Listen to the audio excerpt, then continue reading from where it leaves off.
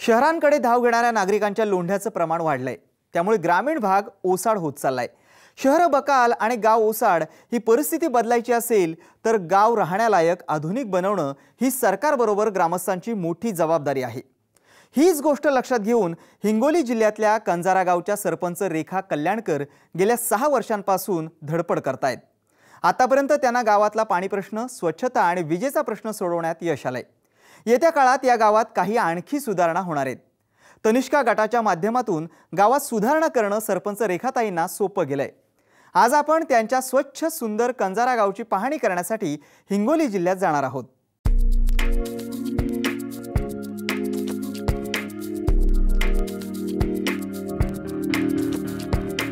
हिंगोली जिल्ह्यातल्या औढा नागनाथ तालुक्यातलं कंजारा हे गाव आज स्वच्छ आणि सुंदर दिसतंय।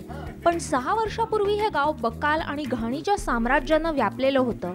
अशात गावात 2009 साली रेखा कल्याणकर यांच्या रूपानं महिला सरपंच मिळाली आणि गावात परिवर्तन सुरू झालंय। पूर्वी गावात पिण्याच्या पाण्याचा प्रश्न गंभीर होता। महिलांना हांडे घेऊन गावाबाहेर पाण्यासाठी जावं लागत होतं। पण रेखाताईंनी पाणी प्रश्न सोडवल्यानं आज महिला समाधानी आहेत। महिलांसाठी पाण्याचा त्रास बरंच काही 3 किलोमीटर अंतरावरून आमच्या महिलांना पाणी आणावं लागत होतं। दररोज डोक्यावर पाणी आणायचं, घरी कामं करायचे। बायकांना काय काम करावं लागत नाही, भरपूर कामं करावं लागतात। पाणी आणून कामं करणं म्हणजे खूप उशीर व्हायचा शेताकडे जायला, घरचे कामं आवरायला। त्याच्यामुळं आम्ही काय ठरवलं की सुरुवातीला पाण्याची सोय करायची, कारण बायकांना खूप त्रास होत होता। त्याच्यामुळे पहिली पाण्याची समस्या मिटवली। पूर्वी गावात दारूमुळे सामाजिक प्रश्न तयार व्हायचे, पण रेखाताईंनी तनिष्का गटाच्या मदतीनं दारूबंदी करून घेतली आहे। यानंतर याच तनिष्का गटानं गावात शौचालय बांधणीचंही काम हाती घेतलं। तर गावातले रस्ते बांधून त्यावर पेव्हर टाकल्यानं गावात स्वच्छता राखण्यास मदत होतीये।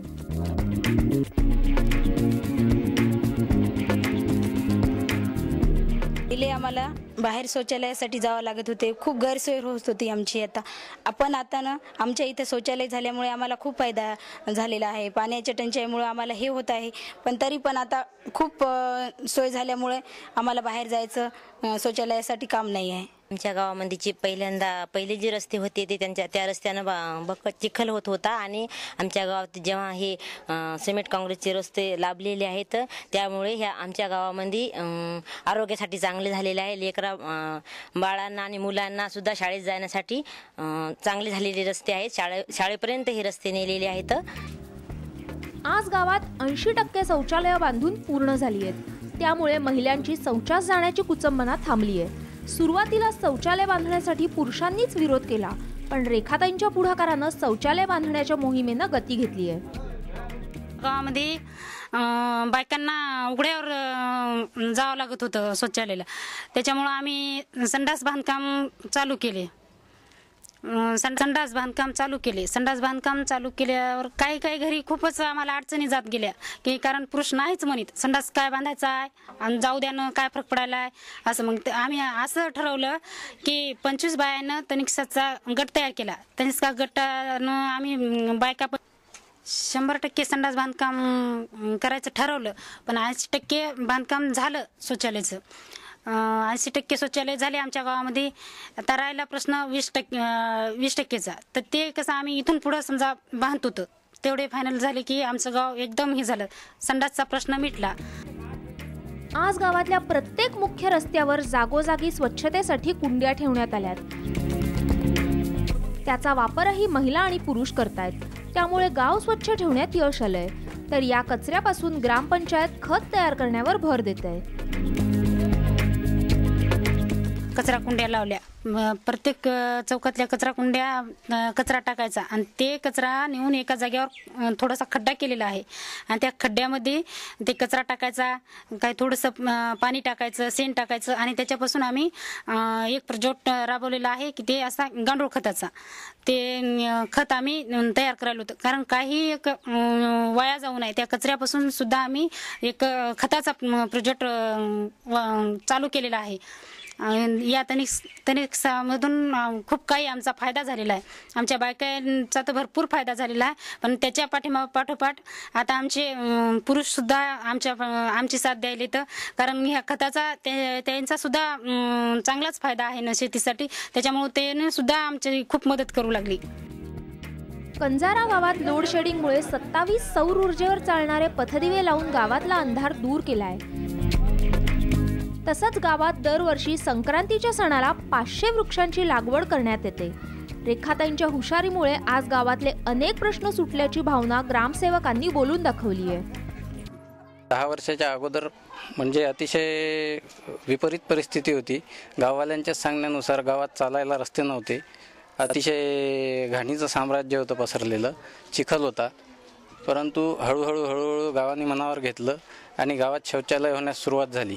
त्यानंतर गावातल्या ग्रामस्थांनी स्वतःहून स्वच्छतेकडे स्वतः लक्ष दिलं आणि महिला सरपंच असल्यामुळे विशेष लाभ असा झाला की महिला या गावात घरात जाऊन शौचालयाच्या संदर्भात आणि स्वच्छतेच्या संदर्भात माहिती देऊ लागल्या.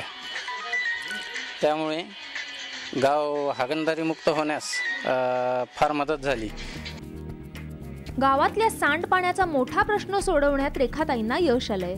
गावातलं सगळं सांडपाणी एकत्र करून गावाशेजारी शेत असणाऱ्या शेतकऱ्यांना शेतीसाठी हे पाणी विकत दिलं जातं.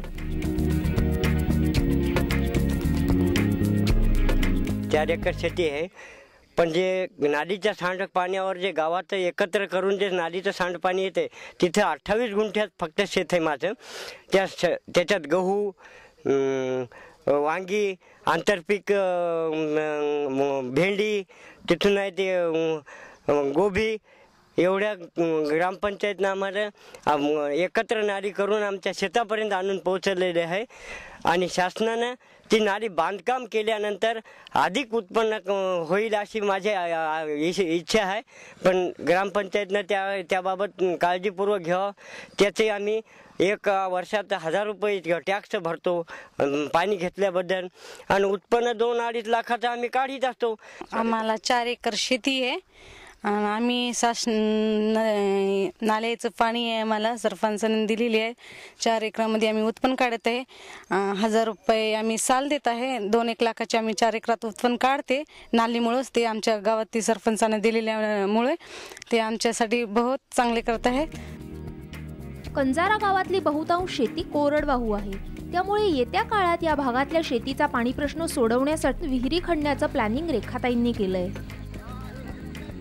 पण आता राहिला कोरडवाहू शेतकऱ्यांचा. त्या कोरडवाहू शेतकऱ्यांसाठी आमच्या याच्यातून रोजगार हमी योजनेतून आमचं म्हणणं आहे, ग्रामपंचायतमधून रोजगार हमी योजनेतून आता इथून पुढे आम्ही विहिरीचं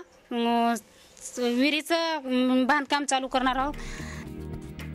आज ग्रामीण भागात महिला कर्मचाऱ्यांची अवस्था फारशी चांगली नाहीये, पण ज्या ठिकाणच्या महिला शिक्षित आणि सक्षम आहेत तिथली परिस्थिती कंजारा गावाप्रमाणे वेगळी आहे. त्यांच्यासाठी विशेष घटक आणि रोजगार हमी या आणि शेततळे याच्यामधनं आम्हाला जलसिंचनाचा म्हणजे ओलायतीखाली शेती आणण्याचा खूप प्रयत्न करीत आहेत त्या.